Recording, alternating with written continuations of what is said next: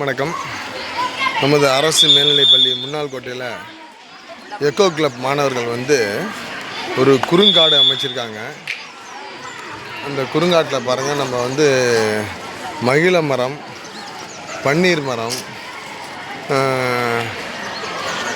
இது வேங்கை, நீர்மருது, மாதுளை, அது இல்லாமல் அந்த இடைப்பட்ட இடங்களில் மிளகாய் பயிரிடப்பட்டிருக்குது.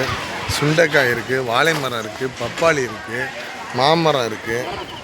இது நீர் மருந்து. இது எலுமிச்சை மரம், இது மாங்கன்று, பப்பாளி. அது இல்லாமல் நம்ம சத்துணவு கூடத்திற்கு தேவையான சுண்டைக்காய் எல்லாமே இந்த குறுகிய இடத்துல நம்ம மிக அருமையாக பயிரிடப்பட்டிருக்கோம்.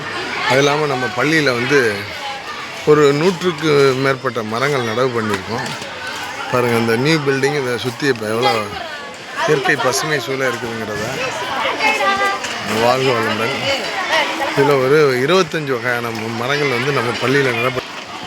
நீடாமங்கலம் பகுதியில் இந்த அரசு மேல்நிலைப்பள்ளி முன்னாள் கோட்டை இன்றைக்கி ஒரு 550 மாணவர்கள் படிக்கக்கூடிய ஒரு அருமையான பசுமை சூழல் நிறைந்த ஒரு சுகாதாரமான பள்ளியாக செயல்பட்டுக்கிறதுங்கிறத இந்த நேரத்தில் தெரிவித்துக் கொள்கிறோம். மிக்க மகிழ்ச்சியாகவும் இருக்குது.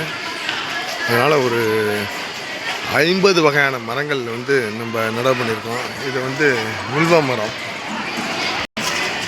இது செண்பக மரக்கன்று, இது மாதுளை, இது மகிழ மரம், மாதுளை, இது ஒரு மகிழ மரம், இது முழு நெல்லிக்காய்.